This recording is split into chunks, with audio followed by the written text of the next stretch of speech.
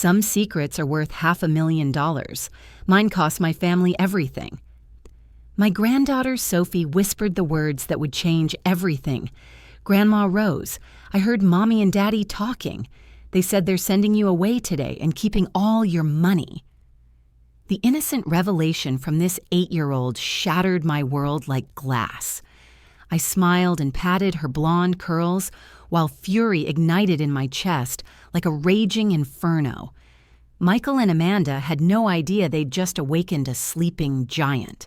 If you're reading this, please share it and let me know what you think in the comments. Let me explain how I ended up babysitting for two of the most ungrateful people I'd ever encountered. 18 months earlier, my beloved husband Robert died suddenly from a massive heart attack. Michael and Amanda descended like scavengers, all crocodile tears and false concern. "Mom, you can't possibly live alone anymore," Michael insisted with manufactured worry. "Come stay with us. We'll take excellent care of you." What they actually meant was, "Come be our unpaid nanny and personal ATM machine." But Sophie's innocent revelation changed absolutely everything. While she colored princess pictures at the kitchen table, I quietly contacted my attorney, William Henderson. We'd been childhood friends, and he'd handled Robert's estate planning. "William, it's Rose Patterson. I need an emergency meeting today. Can you see me at 2 p.m.? "Everything all right, Rose?" Let's just say some people are about to learn a very expensive lesson. Next, I called my financial institution. "This is Rose Patterson, account number 47,832. I need to discuss transferring funds immediately." The representative confirmed what I suspected. Thanks to Robert's substantial life insurance policy and our decades of careful saving, I possessed considerably more money than Michael and Amanda realized. Much more.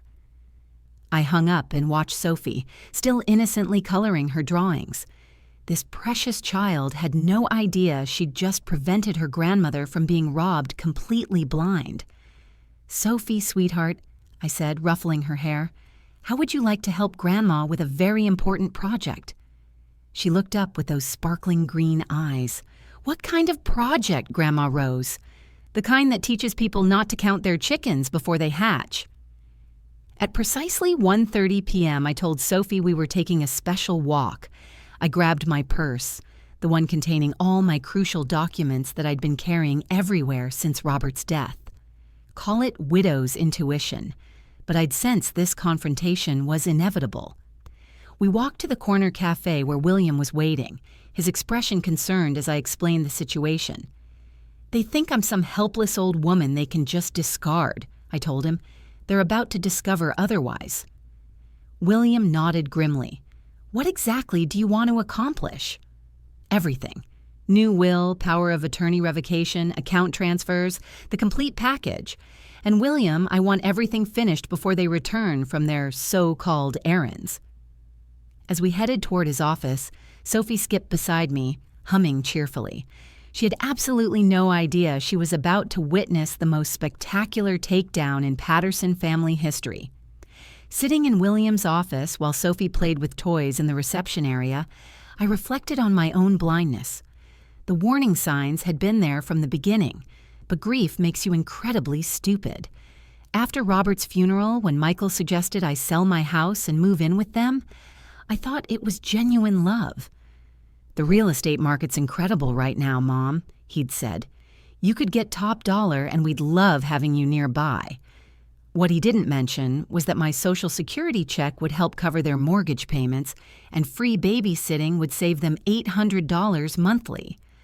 I sold my beautiful 4-bedroom home, the one Robert and I had shared for 34 wonderful years, and handed over the proceeds to help them eliminate their debts. $600,000 gone in an instant. "I should have recognized it then," I told William as he prepared the legal paperwork.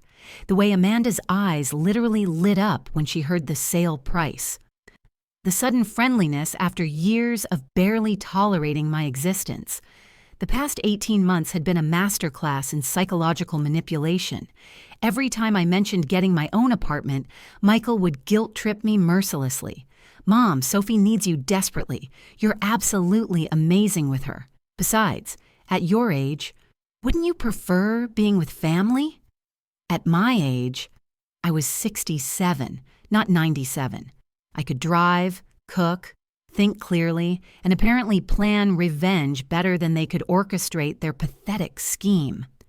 Amanda had been more subtle, but equally calculating. "Oh, Rose, your experience with children is absolutely invaluable.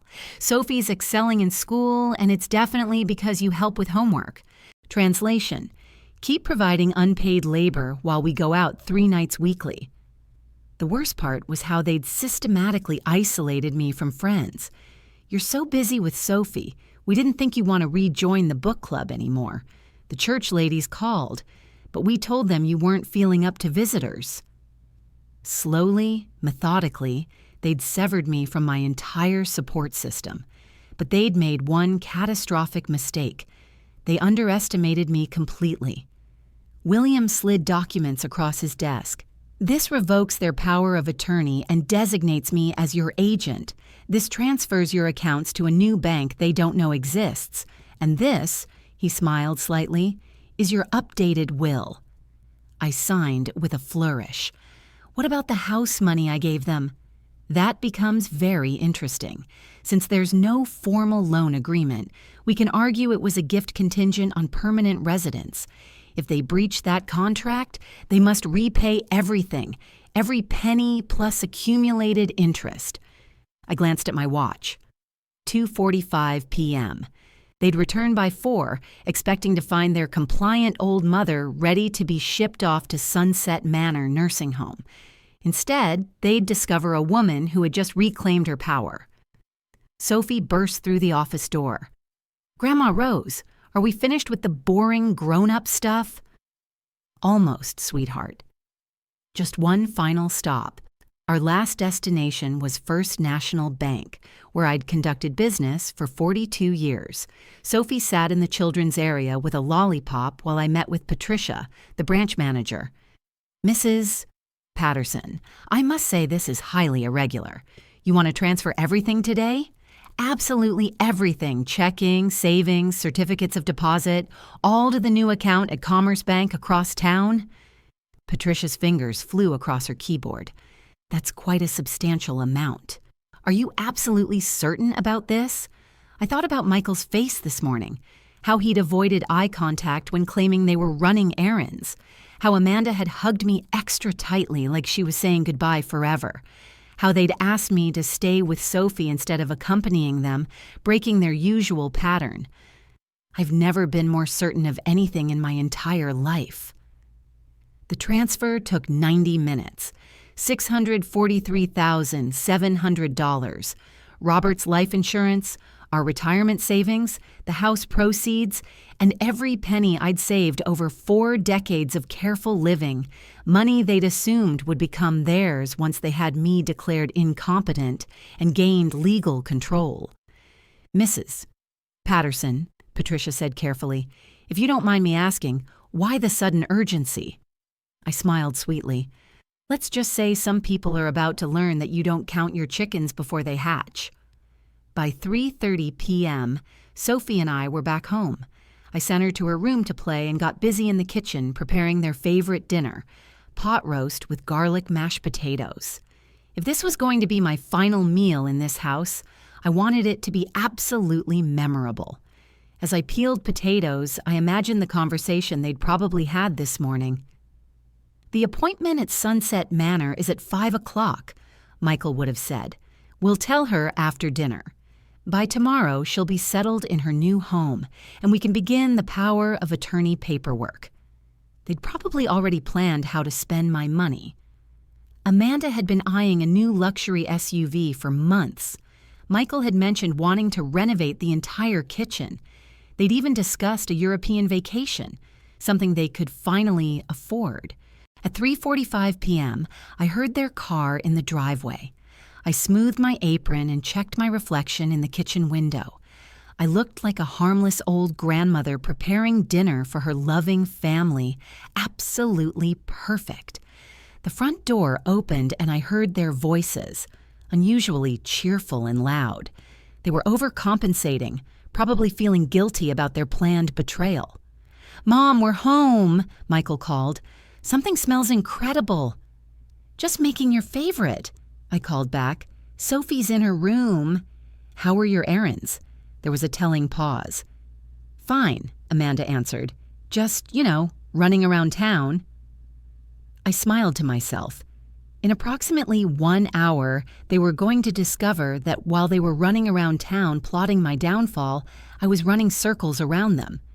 Dinner was a masterpiece of passive-aggressive theater. I served their plates with extra care, asked about their day with genuine interest, and complimented Amanda's new haircut. They squirmed like children caught stealing cookies, exchanging nervous glances when they thought I wasn't looking. "This roast is absolutely incredible, Mom," Michael said, though I noticed he was barely eating. "You really outdid yourself tonight." "Well, I wanted tonight to be special," I smiled warmly. "You never know when things might change dramatically." Amanda nearly choked on her mashed potatoes. "Change? What do you mean by that?" "Oh, just life in general, dear. Nothing ever stays the same forever, does it?" They managed to struggle through dinner, though the tension was thick enough to cut with a knife. Sophie, bless her innocent heart, chattered away about school, completely oblivious to the undercurrent swirling around the table.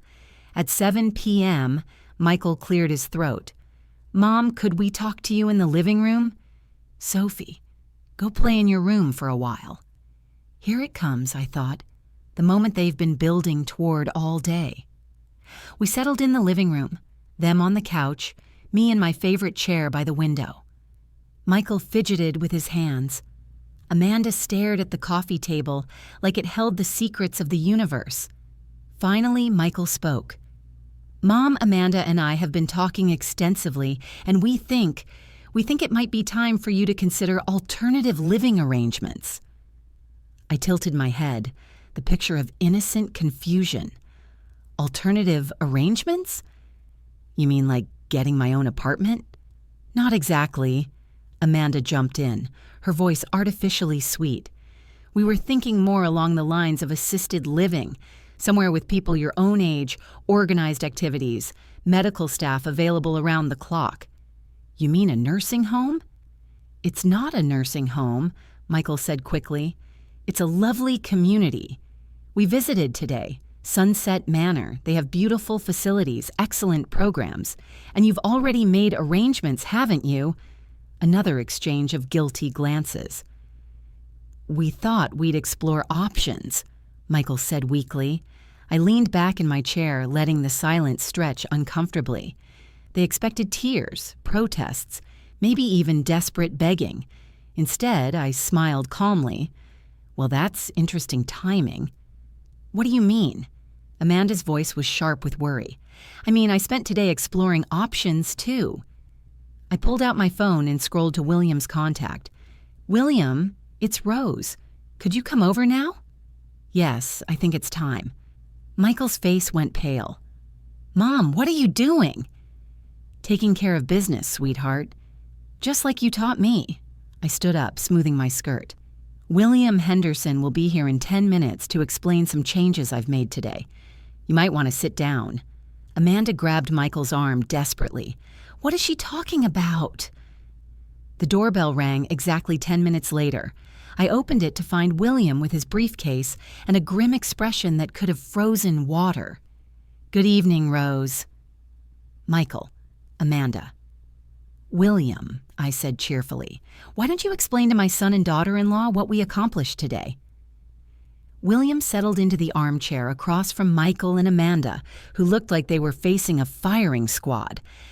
Sophie had thankfully fallen asleep upstairs, sparing her from the atomic bomb I was about to detonate. "Where should I begin?" William asked, opening his briefcase. "The power of attorney seems like a good starting point," I suggested sweetly. William nodded. As of today, Michael and Amanda Patterson no longer have any legal authority over Rose Patterson's affairs. The power of attorney they were planning to utilize has been formally revoked. Michael shot to his feet.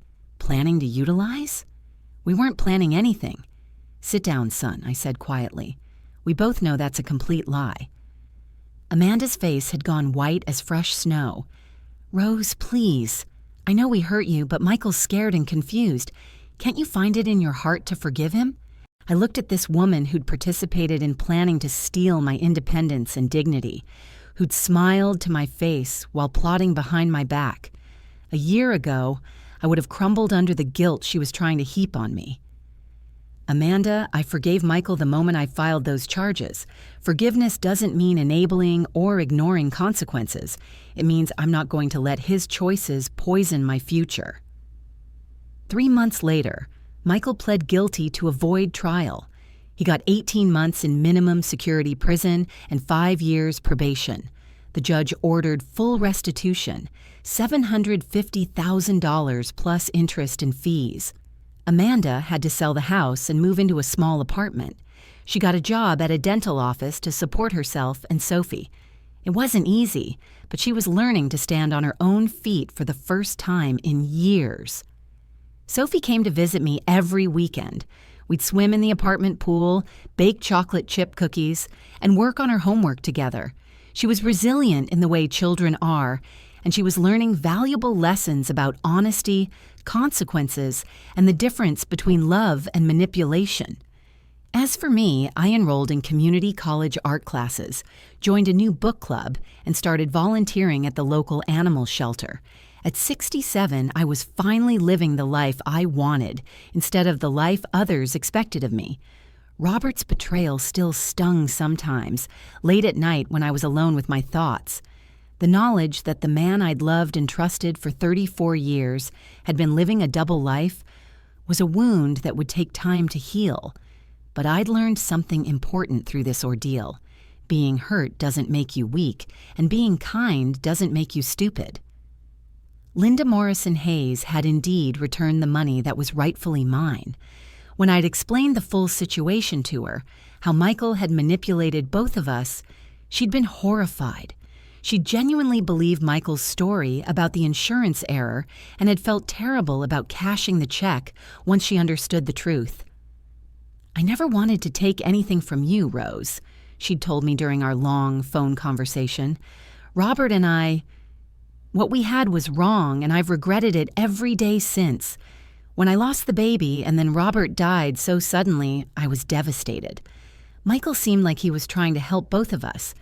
In a strange way, Linda and I had both been victims of the men in our lives. Robert, who'd made promises he couldn't keep, and Michael, who'd exploited our grief for his own gain. The legal proceedings had dragged on for months, but eventually, justice prevailed. The insurance company launched their own investigation into the fraudulent claims and forged documents. Michael's law license was suspended pending a state bar review. His reputation in the small legal community was destroyed. But perhaps the most satisfying moment came 6 months after Michael's conviction, when I received a letter from Sophie. She was now 9 years old and had been taking writing lessons at school. Dear Grandma Rose, it read in her careful cursive handwriting. Mommy told me what really happened and why you had to leave. She said Daddy made bad choices and that's why he had to go away. I understand now why you were angry. You were protecting yourself and teaching us about being honest. I love you, and I can't wait for our next weekend together. P.S. I'm saving my allowance to buy you a present because you're the best grandma in the world. I cried when I read that letter. Not tears of sadness, but tears of relief. Sophie understood. Despite everything her parents had put her through, this remarkable little girl had grasped the fundamental lesson that love means being honest, even when it's difficult. The day Michael was released from prison, he called me. His voice was different, humbler, broken in a way that seemed genuine. Mom, it's me. I know I don't deserve it, but could we try to start over? I looked out my window at the park where children were playing and couples were walking hand in hand at the world full of possibilities I'd almost let slip away. "Yes," I said finally, "but this time we do it on my terms." The road to rebuilding our relationship wasn't easy. Michael had to earn back my trust through actions, not words. He attended therapy to address his manipulative behaviors and gambling addiction. Yes, gambling addiction, which I learned had been the real reason for his financial troubles. He wrote me letters from prison, genuine apologies that showed real understanding of how his actions had hurt not just me, but Sophie and Amanda as well. Amanda, too, had changed during those difficult months. Forced to support herself and her daughter alone, she'd discovered a strength she never knew she possessed. She'd also entered therapy and had begun to understand how she'd enabled Michael's behavior and participated in the emotional manipulation of an elderly family member. "I was so focused on our financial problems that I forgot you were a person with feelings and rights," she told me during one of our cautious coffee meetings. "I convinced myself that taking care of our money troubles was the same as taking care of you, but I was lying to myself." 2 years after the whole ordeal began, we'd established new boundaries and a healthier family dynamic. Michael was working as a paralegal, his law license permanently revoked, and living in a modest apartment. He was paying back the restitution slowly but consistently. More importantly, he was being an honest father to Sophie and treating me with the respect I deserved. Amanda had been promoted to office manager at the dental practice and was thriving in her independence. She'd even started dating someone new, a kind man who treated both her and Sophie well. And Sophie? Sophie was flourishing. She was an honor student, played soccer, and had developed a remarkable sense of justice and fairness that I like to think came partly from witnessing how her grandmother had stood up for herself. On my 70th birthday, we all gathered in my apartment for a small celebration, the same apartment I'd moved to during the darkest period of this saga, but which had become a symbol of my independence and strength. As I looked around at my family, smaller now but healthier, I reflected on the journey that had brought us here. Yes, it had begun with betrayal and heartbreak, but it had also been a masterclass in the power of standing up for yourself, no matter your age. Some people might say I was too harsh, that family should forgive and forget. But I'd learned that true forgiveness doesn't mean becoming a doormat. It means setting boundaries, demanding respect, and teaching the people you love that their actions have consequences. The money was just money in the end. What mattered was that I'd reclaimed my dignity, my autonomy, and my right to be treated as a human being rather than an inconvenience. As we sang Happy Birthday and Sophie helped me blow out the candles, I made a wish that no other elderly person would ever have to endure what I'd been through, and that my story might inspire others to stand up for themselves before it was too late. Some stories end with reconciliation and forgiveness. Others end with justice and new beginnings. Mine ended with both, but only because I'd been strong enough to demand what I deserved. The final twist came 3 years later, when I received a call from a producer at a true crime podcast. My story had gained national attention after a local journalist wrote an investigative piece about elder financial abuse, using my case as a prime example. "Mrs. Patterson," the producer said, "we'd like to feature your story on our show. Elder abuse is such an underreported crime, and your case shows that seniors can fight back and win." I agreed to the interview, and when the episode aired, it sparked a national conversation about elder abuse and financial exploitation. I started receiving letters from seniors across the country who'd experienced similar situations, and from adult children who were reconsidering how they treated their aging parents. I even started speaking at senior centers and community groups, sharing my story and encouraging others to trust their instincts and protect themselves. It wasn't the retirement I'd planned, but it was meaningful work that gave my experience purpose.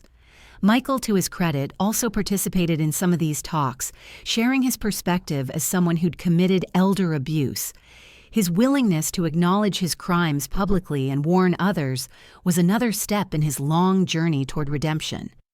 I want people to understand how easy it is to rationalize hurting the people you love, he would tell audiences. I convinced myself I was protecting my mother, but I was really just protecting my own financial interests. If my story prevents even one family from going through what we did, then maybe some good can come from my mistakes. On quiet evenings in my apartment, I sometimes thought about that day when 8-year-old Sophie whispered her innocent revelation about her parents' plans. How different my life might have been if she hadn't overheard that conversation. I would have ended up in Sunset Manor, isolated and robbed of my independence, while my son and daughter-in-law spent my money and told everyone how difficult it was to care for an aging parent. Instead, I was living proof that it's never too late to fight for yourself, no matter how old you are or how much people underestimate you. I'd turned what could have been my greatest defeat into my greatest victory, and every time I looked at Sophie, now a confident 12-year-old who stood up to bullies at school and had a strong sense of right and wrong, I knew that she'd learned the most important lesson of all. That love means protecting the people you care about even when it's difficult, even when it costs you something. The little girl who had inadvertently saved her grandmother had grown up understanding that family isn't about taking advantage of each other. It's about lifting each other up. Thanks for reading my story. I hope it inspires you to trust your instincts, stand up for yourself, and never let anyone convince you that you're too old, too weak, or too dependent to fight for what's right. Your voice matters, your rights matter, and you're never too old to start over. If you know a senior who might be experiencing financial abuse or manipulation, please speak up. And remember, respect isn't something you lose with age. It's something you demand regardless of how old you are. Sometimes the best revenge is simply refusing to be a victim. I don't understand. Why would you do this? Because 8-year-olds have better hearing than you think. I looked directly at her. Sophie told me about your conversation this morning about putting me in a home and taking my money. The silence that followed was absolutely deafening. Michael slowly sank back onto the couch, his face a mask of pure panic. Amanda's mouth opened and closed like a fish, gasping for air. "William," I continued, "would you mind explaining the financial arrangements?" "Certainly. Mrs. Patterson has transferred all her assets to new accounts at a different bank. This includes approximately $643,700, which represents her life savings, insurance proceeds, and the money she received from selling her home." "You can't do this." Jessica finally found her voice. "That money, you gave us that money." "Actually," William said calmly, "I've reviewed the situation thoroughly, and there was no formal loan agreement. The money was provided under the understanding that Rose would live here permanently.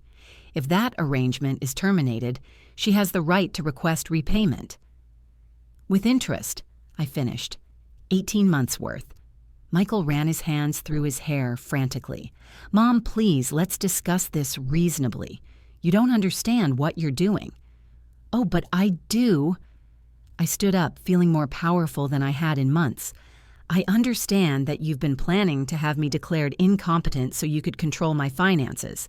I understand that you've been isolating me from friends and treating me like unpaid help. And I understand that you've been counting money that was never yours to begin with." "We were trying to protect you." Michael's voice rose. "You're 67 years old. Living independently isn't safe." "I'm not living independently. I'm living with people who see me as a burden and a bank account. There's a significant difference." Amanda leaned forward desperately. "Rose, we can work this out. Maybe we approach this wrong, but we genuinely care about you." I laughed, and it wasn't a pleasant sound. "You care about my Social Security check. You care about free babysitting. You care about my money, but you don't care about me." William cleared his throat. "There's one more matter we need to discuss." My smile turned predatory. "Ah, yes, the best part. William pulled out another folder. Rose has also updated her will. The previous version left her entire estate to Michael with provisions for Sophie's education. The new version makes some significant changes. Michael's face had gone from pale to green. What kind of changes? I decided to deliver this blow myself, the kind where Sophie gets everything, held in trust until she's 25. You and Amanda get nothing, not one penny. Amanda let out a sound somewhere between a gasp and a wail. You can't do this to us. We have a mortgage, car payments, Sophie's future to think about. You should have thought about that before you decided to rob me blind. I was done playing nice. Did you really think I was so stupid I wouldn't figure out your plan? Sunset Manor costs $4,000 monthly. You had it all calculated, didn't you? Put me away, sell my belongings, control my money, and pocket the difference. Michael tried one more desperate approach. Mom, I'm your son, your only child. Dad would want you to take care of me. That was his first mistake, bringing Robert into this. Your father, I said, my voice dropping to a dangerous whisper, worked 2 jobs for 30 years so we could save every penny for our retirement. He went without so we could build something to leave you, and you were planning to steal it while I was still alive. I walked to the mantelpiece where Robert's photo sat and picked it up, looking at his kind face. You know what your father would say if he could see you now? He'd say, I should have done this sooner. I set the photo down and turned back to face them.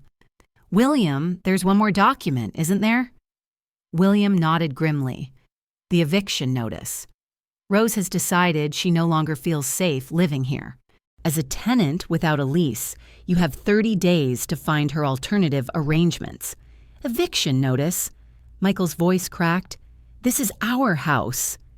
Actually, I said, pulling out my own folder, that's where things get interesting. Remember that $600,000 I gave you?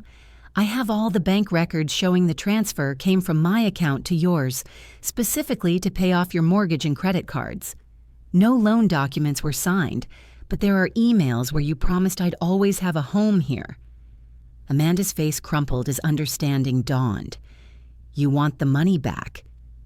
Every single penny, plus the 18 months of rent you should have been paying me, the money you saved on babysitting, and compensation for emotional distress. I smiled sweetly. I figure that comes to about $750,000 all told. Michael's voice was barely a whisper. We don't have that kind of money. Then I guess you'll have to get creative. Sell the house, liquidate your retirement accounts, get second jobs, do whatever it takes. I shrugged. Or declare bankruptcy. Either way, you won't be doing it on my dime anymore. William stood up, snapping his briefcase shut. I'll leave you folks to process this information. Rose, your new apartment is ready whenever you want to move in. As he headed for the door, Amanda called out desperately, What about Sophie? You can't just abandon your granddaughter. I paused at the bottom of the stairs, my hand on the banister. I'm not abandoning Sophie. I'm teaching her a valuable lesson about what happens when you try to cheat the people who love you. She'll understand someday. I climbed the stairs to pack my things, leaving Michael and Amanda to contemplate the smoking ruins of their perfect plan. Tomorrow, I'd start my new life. Tonight, I'd sleep better than I had in months. Behind me, I could hear Amanda starting to cry.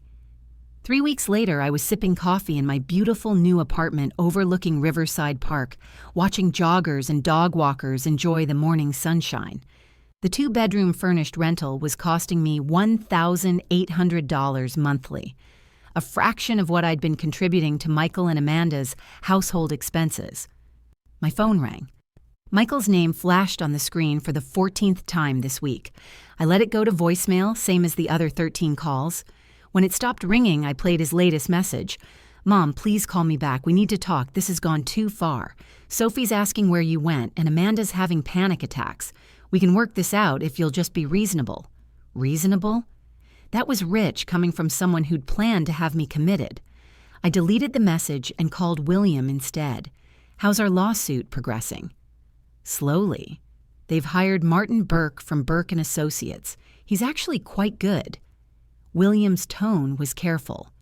He's arguing that the money you gave them was a gift, not a loan, and that you can't retroactively demand repayment. And what did you tell him?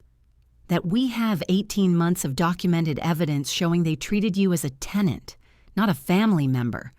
Bank records, emails, even grocery receipts where you paid for household expenses. The pattern of financial abuse is crystal clear. I smiled, settling back in my comfortable chair. What else? Burke filed a motion claiming you're not mentally competent to make these financial decisions. They want a psychological evaluation. That wiped the smile off my face. They're still trying to have me declared incompetent? It's a Hail Mary play. They know they're losing, so they're throwing everything at the wall to see what sticks. William paused. Rose, there's something else. They've been asking questions about Robert's insurance policy, specifically whether you were aware of all the beneficiaries. A chill ran down my spine. What do you mean, all the beneficiaries? I'm not sure yet. Burke hinted that there might be some irregularities in how the insurance money was distributed. I'm looking into it. After I hung up, I sat staring out at the park, unease settling in my stomach like a cold stone. Robert had always handled our insurance and investments. I'd trusted him completely, signing whatever papers he put in front of me without reading them carefully. What if Michael knew something I didn't? That afternoon, I drove to Sophie's school. I waited across the street in my car until I saw her walking toward the playground after dismissal. She looked smaller than I remembered and sadder. I got out and called her name. Her face lit up like Christmas morning, and she ran to me, nearly knocking me over with her hug. Grandma Rose, I missed you so much. Why did you leave? My heart broke a little. I had to, sweetheart. Sometimes grown-ups make mistakes and other grown-ups have to protect themselves. Are you coming home? I can't, Sophie. But maybe you could visit me sometime. My new apartment has a pool. Her eyes widened. Really? Really. Ask your parents if you can come see me this weekend. I hugged her tight. I love you, baby girl. Don't ever forget that. As I drove away, I saw Amanda's car pulling into the school parking lot. She must have seen me with Sophie because my phone started ringing immediately. I didn't answer. The psychological evaluation was scheduled for Friday morning at Dr. Patricia Coleman's office. I arrived early, dressed in my best navy suit with pearl earrings. The picture of a competent, well-groomed senior citizen.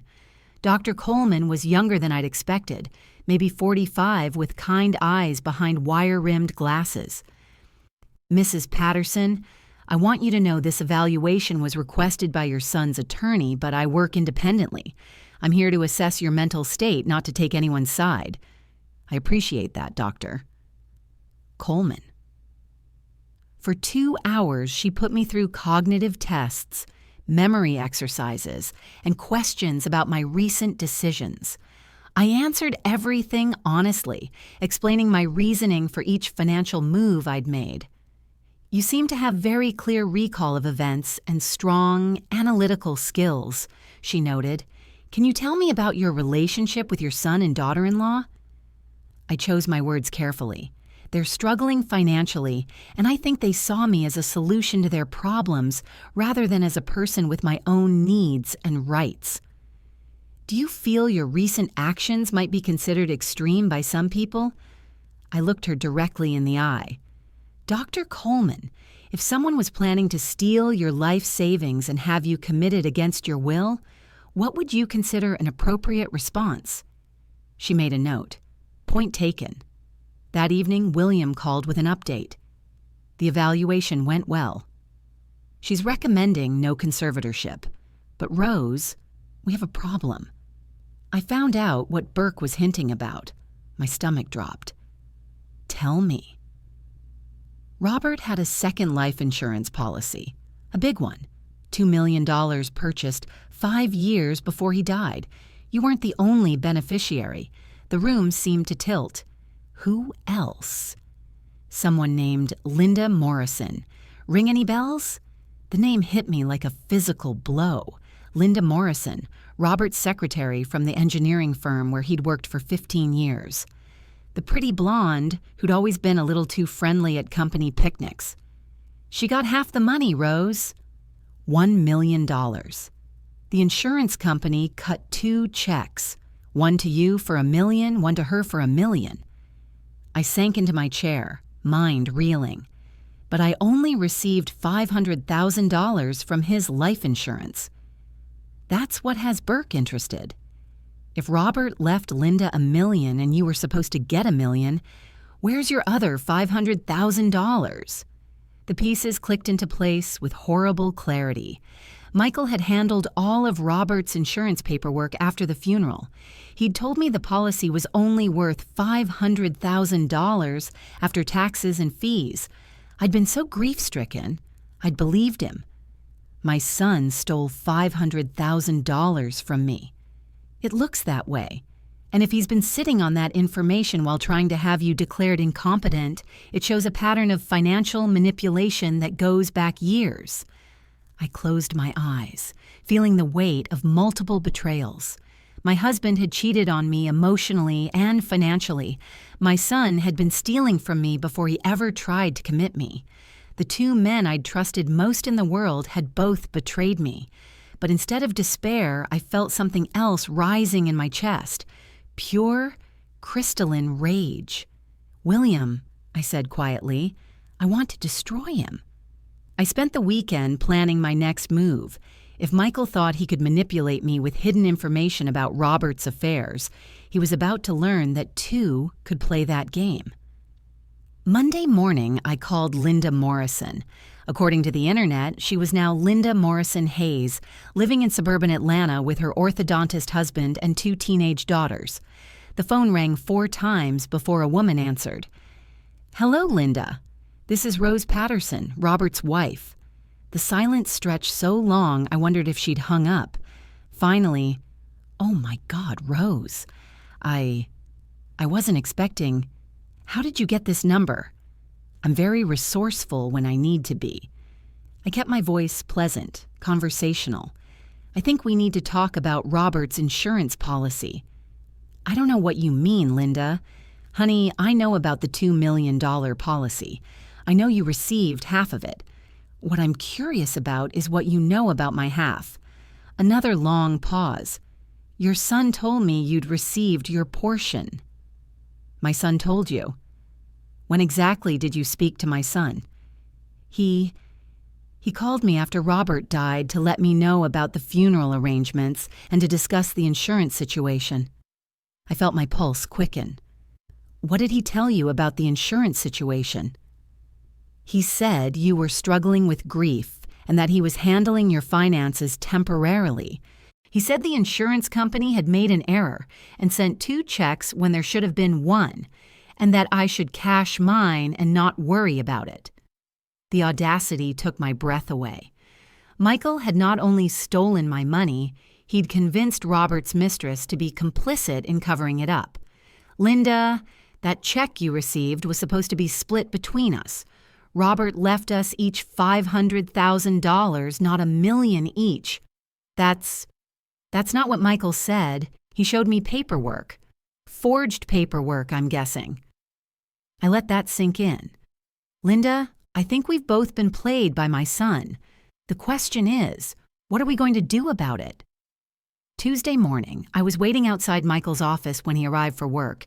His face went white when he saw me sitting on the lobby couch. "Mom, what are you doing here?" "Hello, Michael. Lovely morning, isn't it?" I stood up, smoothing my skirt. "I thought we could have lunch. There's so much to catch up on." He glanced around nervously, aware that his co-workers were watching. "I'm really busy today." "Oh, I insist. In fact, I already made us a reservation at Antonio's. You remember Antonio's, don't you? Where you took me to celebrate your promotion last year." His jaw tightened, but he nodded. "Fine, but I can't stay long." Antonio's was busy with the lunch crowd, providing perfect cover for what I was about to do. We ordered. made small talk about Sophie, and I waited until his guard was down. Then I smiled sweetly and said, "I had the most interesting conversation with Linda Morrison yesterday." Michael's fork clattered against his plate. Michael's face went through several color changes before settling on ash gray. Around us, the restaurant hummed with normal lunch conversation, while my son contemplated the ruins of his carefully constructed lies. "I don't know what Linda told you," he finally managed, "but she told me you convinced her that the insurance company made an error, that she deserved the full $1 million instead of the $500,000 Robert actually left her." I took a sip of my iced tea, enjoying the moment. Imagine my surprise when I realized you'd stolen $500,000 from me to cover up your father's affair. "I was protecting you." Michael's voice rose, then dropped when other diners looked our way. "You were devastated after Dad died. Finding out about Linda would have destroyed you completely. So you decided to profit from my ignorance instead." "It wasn't like that. I used that money to pay off our house, to secure Sophie's future. You would have just put it in savings anyway." I laughed, a sound sharp enough to cut glass. "You stole $500,000 from your grieving mother and convinced yourself it was for my own good. The arrogance is breathtaking." Michael leaned across the table desperately. "Mom, please, let me explain everything. Dad left Linda that money because she was pregnant." The world stopped spinning. "What? Linda was pregnant with Dad's baby." "She lost it in the 4th month, but Dad had already changed his beneficiary to provide for the child. When she miscarried, he was going to change it back, but then he had the heart attack." I stared at him, processing this new layer of betrayal. Robert hadn't just had an affair. He'd gotten his mistress pregnant, and Michael had known all along. "How long have you known?" Linda called me right after the funeral. She was a mess, grieving for Dad and dealing with the miscarriage. She showed me the medical records, the insurance paperwork, everything. And instead of telling me the truth, you decided to steal from both of us. I convinced her she deserved the full $1 million after what she'd been through, and I used your half to pay off our debts so you wouldn't have to worry about us struggling financially while you grieved. The twisted logic was almost impressive. You stole from me to pay your bills and convinced yourself it was charity. Michael's phone buzzed. He glanced at it and went even paler. "It's Amanda." "She says William Henderson is at the house with papers." I smiled. "Oh, that'll be the criminal fraud charges. I filed them this morning." "Criminal charges?" "Insurance fraud, elder abuse, theft by deception." William was quite thorough. I signaled the waiter for the check. "You see, Michael, when you forge documents and lie to insurance companies about beneficiaries, that's a felony. When you steal money from your elderly mother, that's elder abuse. And when you do it while planning to have her declared incompetent, well, that shows premeditation." Michael's hands were shaking. "Mom, please, think about Sophie. If I go to jail, you should have thought about Sophie before you decided to become a criminal." I stood up, leaving money for my lunch. "But don't worry about her. She'll be well provided for.